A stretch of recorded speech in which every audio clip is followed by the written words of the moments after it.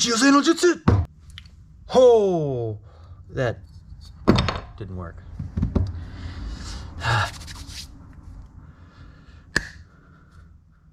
Kuchiyose no jutsu!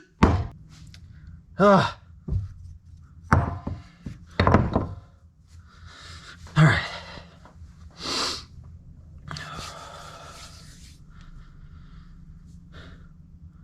Kuchiyose no jutsu!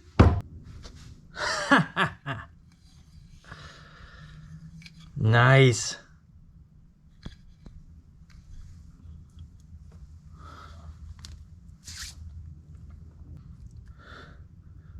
Kuchiyose no jutsu! Oh! Kakate koi.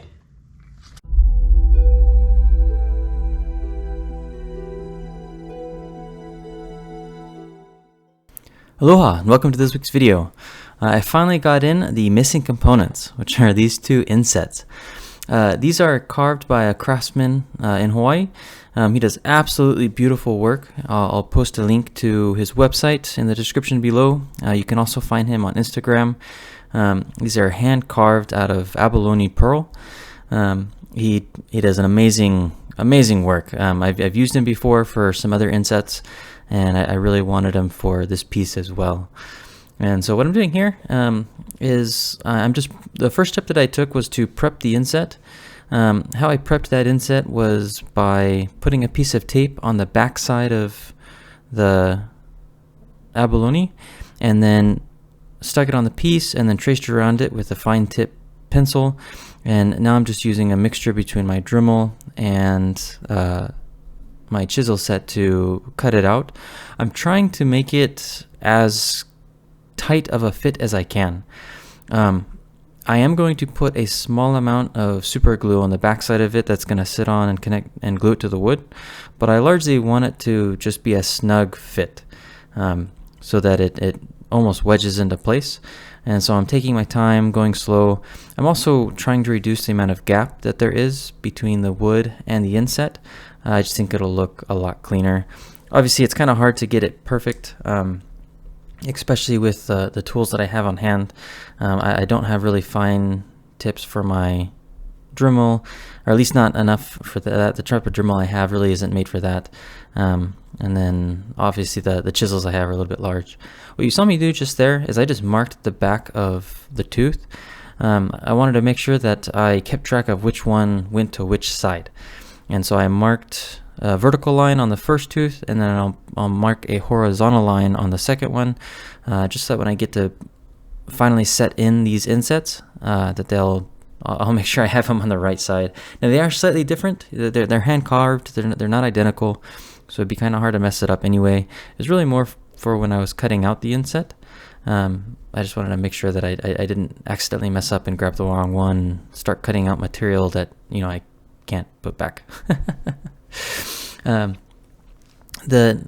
of the things that's really cool with insets that makes them different than an inlay is the inset, purposefully you want it to stick out, and so it has a 3D effect and feel. And so both of these are going to be sticking out just maybe an eighth of an inch out from the wood on both sides. And so I just wanted to make sure that they sat around the same location on both sides of the piece. And then I'm going through and just little by little making sure that they fall into place the way that I want them to. I can't fully set them in because of how tight that I'm making the connection there. What I'm going to end up doing, and you're going to see that here, is I'm going to put a little bit of super glue on the back end here, and then I'm actually going to be hammering it into place with my dead blow hammer here. And so even if I didn't super glue it, I wouldn't have a clean way of pulling the inset out. And so I cut it to shape, and then the last step here is I'm wedging it into place with the glue, and so it's not coming out from that point. I have pulled them out historically, so when I made another piece, I messed up, and I put in the first inset. It just wasn't to depth, and I didn't like it. And what I ended up doing was on the other side is I drilled a hole so that I could then push the inset out from the other side. But that only works for one side at a time. Once you've got the inset in place, you can't do that to the other side, just because there'll be an inset covering the hole. Once I got that fully done, I went ahead and sanded it with 400 grit, and then I have an 800 grit, but I'm going to sand that last. I forgot to turn my camera on at first, but I'm just gluing in with the epoxy mixed with koa shavings from this piece, the tiger shark teeth that I'm going to be using. And once that glue sets, I usually let it sit for 24 hours just to make sure that it's solid before I start drilling and poking the holes into the teeth. I'm going to be doing a little bit more of a traditional lash on this piece. And so the lashing that I'm going to be doing, rather than a single thread, it's going to be double ply and double threaded.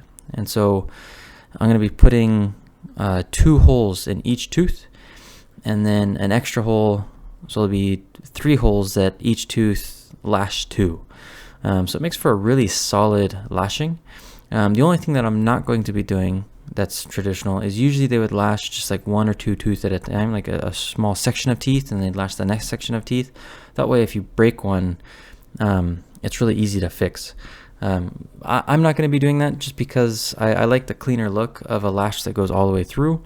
The downside is if I do break a tooth, I have to relash an entire section. I'm going to split this into 2 sections, 2 halves, but it took hours to do each half. So that is a downside. Hopefully I don't break any teeth when I test it. All I'm doing here is using my Dremel with a tungsten carbide bit to drill in the holes in the teeth. I've already drilled in the main body of the koa. One of the things that I did there that I kind of didn't mention is I used just a small piece of steel that I hammered in as just a starter. I did that so that it's easier to keep my bit in line, kind of like what you do on steel. When you put in you hit it with a pen and it leaves it an indentation. That way the bit doesn't walk on me because the edges here are contoured. They're not perfectly flat. And that helps me keep it a little bit straighter. I actually started doing that semi-recently. I was watching a knife making show and saw them do it, and so I tried it here and it worked well. The koa on this piece ended up just being absolutely beautiful.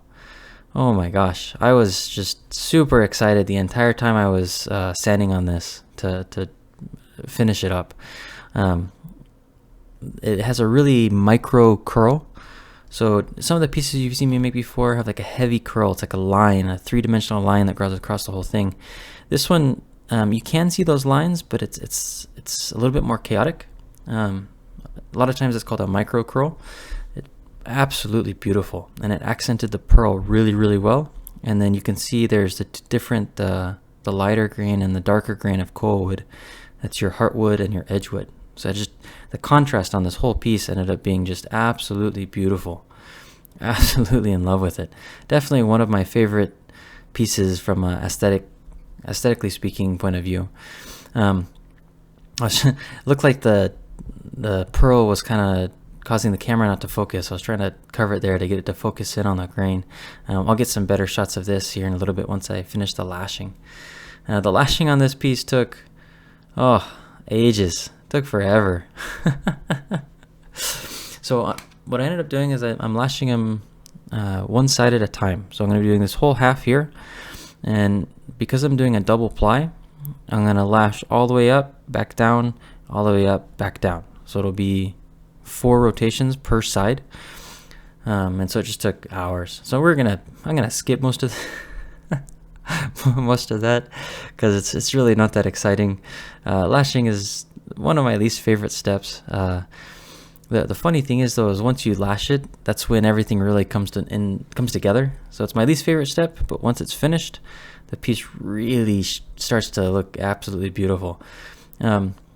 In testing, what's interesting with the lashing is I've never had a teeth break out of the lashing. I've had teeth break from internal cracks. I see the teeth wobble around where it's broken loose from the epoxy, but I don't use a lot of epoxy, just enough to hold it in there.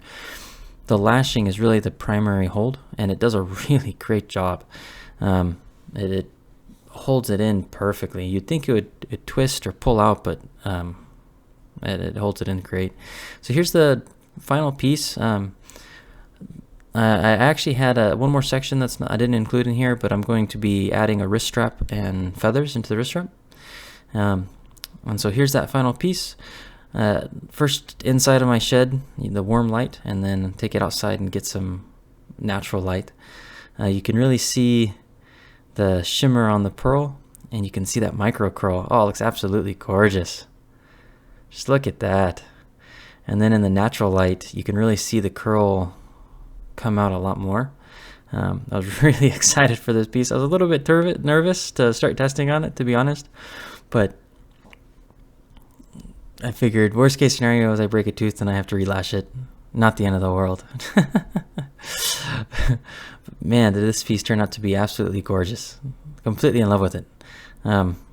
Every piece I make, I tend to get more and more excited. But let's get on to the best part of the show.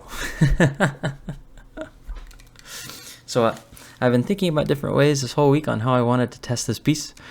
I ended up going with various different strikes. So this is the first time I've tried this view. So that's just a camera view. I had the GoPro mounted on my head. Worked out. I actually might have done more of it. I just wasn't sure how it was going to look until after, so I just did it with one set of strikes. But it actually turned out pretty well. So that's just a forehand, backhand strike. I'm going to be doing that again, but this time with a little bit stronger or a little bit more force. I didn't want the GoPro to fall off my head the first time. And I'm kind of just doing glancing blows. Just because I want to see the teeth slicing without too much resistance from the wood. And so you can see the cuts aren't as deep as you would think. They really just go as deep as the teeth are. But they're still going in a good inch, and it just slices right through. So the ones in the middle were the first set. The ones on the top and bottom were the second slice, the second cut. Actually cut really well, very little resistance. Here's just a pulling cross. So if you were to hold something and pull across, the Mano, this style weapon was used like a knife or a dagger, and so it'd be used for cutting across the abdomen or the throat or arms where you have arteries, vital areas. This is the type of style of weapon it would be used for. I'm going to be doing a couple more strikes here. Now I'm going for more of a forceful strike than the first ones, where I'm trying to actually dig into the ballistics gel. And sure enough, both the forehand and the backhand strikes just sliced right in. What's really nasty, what's really impressive is you can see the jagged looks on there. And then here's just a straight pull across.